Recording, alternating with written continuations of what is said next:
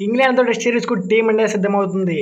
5 టెస్టుల సిరీస్కు భాగంగా ఉప్పల్ వేదికగా భారత్ ఇంగ్లాండ్ తొలి మ్యాచ్ గురువారం ప్రారంభం కానుంది.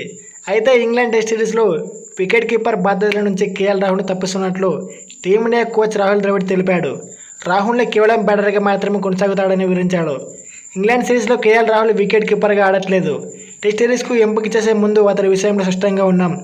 2 వికెట్ కీపర్లుగా కేఎస్ భరత్, ధ్రువ్ జట్టులోకి తీసుకున్నాం. రాహుల్ అద్భుతంగానే తన బ్యాటింగ్ నిర్వహిస్తున్నాడు. దక్షిణాఫ్రికా టెస్ట్ సిరీస్ను డ్రాగా ముగించడంలో కీలక పాత్ర పోషించాడు. కానీ భారత్లో పరిస్థితులు ఇంగ్లాండ్తో 5 టెస్ట్ మ్యాచ్లను దృష్టిలో పెట్టుకుని ఈ నిర్ణయాన్ని తీసుకున్నాం. కేఎస్ భరత్, ధ్రువ్ జురేల్తో ఒకరు వికెట్ కీపర్ జట్టులో ఉంటారు.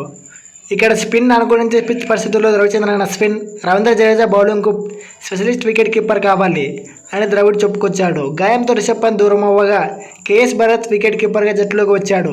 అతడు చివరగా గత వరల్డ్ చెస్ ఛాంపియన్షిప్ ఫైనల్లో ఆడాడు. 2 ఇన్నింగ్స్లో కలిపి 28 పరుగులు చేశాడు. 5 టెస్టులు ఆడిన భరత్ 18 సగటుతో 129 పరుగులు చేశాడు. అంతర్జాతీయ క్రికెట్లో గుర్తుండిపోయే ఇన్నింగ్స్ ఆడినప్పటికీ దేశవాళీ భారత జట్టు తరపున కేఎస్ భరత్ రాణిస్తున్నాడు. ఇటీవల ఇంగ్లాండ్ లయన్స్ జరిగిన మ్యాచ్లో సెంచరీతో చెత్తాడాడు.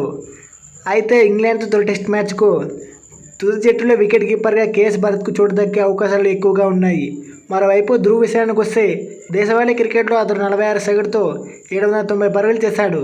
ఇషాన్ కిషన్ అందుబాటులో లేకపోవడంతో బ్యాకప్గా వికెట్ కీపర్గా ధ్రువ్ను సెలెక్టర్లు ఎంపిక చేశారు.